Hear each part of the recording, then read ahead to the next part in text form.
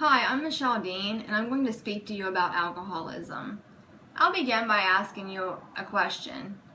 How would you feel if someone you loved or cared about was given a death sentence by their doctor due to alcoholism? On May 19th, this was a situation I was faced with as I sat next to my father in a hospital emergency room listening to a doctor tell our family he had the end-stage cirrhosis of the liver.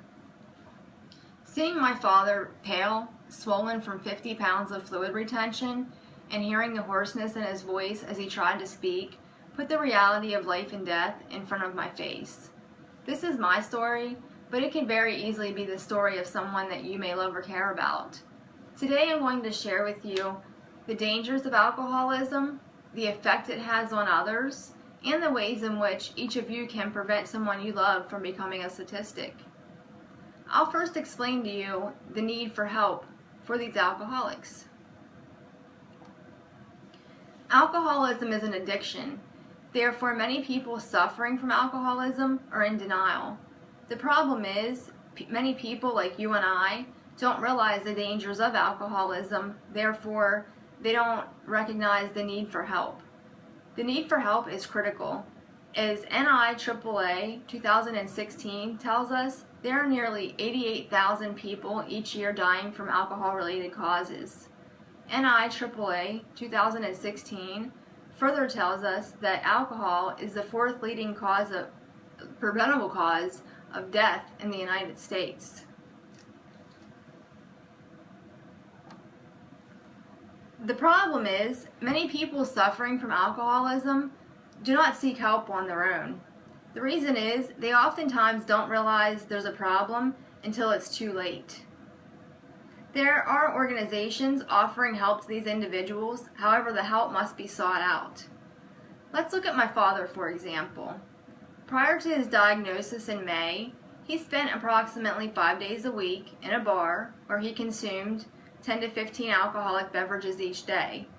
The problem was, he didn't realize the damage that he was causing to his liver until it was already too late and he was in the end stages of liver disease, which according to Medscape 2016 is the 12th leading cause of death in the United States.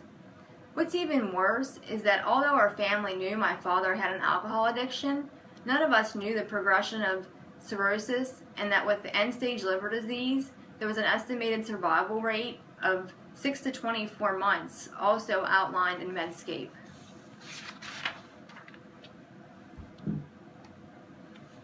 Clearly, you can see the terrible effects of alcoholism and the desperate need for help. So let me explain to you the ways in which each one of you can help. Of course, trying to reason with an alcoholic is never simple, but there are ways to persuade them. You can first try to educate the person on the effects of alcoholism. If they're not receptive to that, you can express your love and concern for them. You can also list a variety of people in the person's life who care about them, such as their grandchildren, their children, their spouse, etc. In an extreme case where someone's a danger to themselves or others, you can drive them to a local hospital, contact a crisis center, or dial 911. I understand that it's not easy convincing an addict to get help, but if you care about them, you will try. Let's see what happens if you choose to do nothing. If you choose to do nothing and you turn a blind eye to the situation, the person with the addiction may never seek help on their own, ultimately leaving you with feelings of regret because you could have saved a life. You may be the only person who is able to lead this person to help. So if you don't help them, are you willing to wager a life assuming that someone else will come along to help? More importantly, if you don't help, you're setting yourself up for a lot of heartache and regret in the future as you sit watching this person suffer on their deathbed knowing that you could have helped them.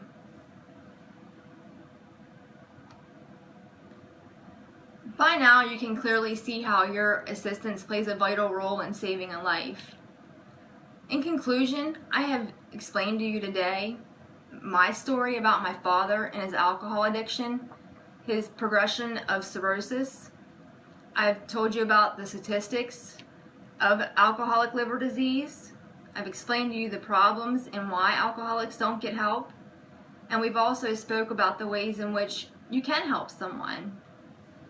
Imagine if it was your mother, your father, your son, or your daughter who had an alcohol addiction and you did nothing in an attempt to try to help them after knowing that you've received this information. Would you feel okay knowing that they are suffering from an illness and you did nothing? This is by no means a tactic to scare you. This is actually the reality of the situation, and unfortunately, it's become my reality. I advise you all, and please ask, that you all act now before it's too late, and it becomes your reality as it's become mine.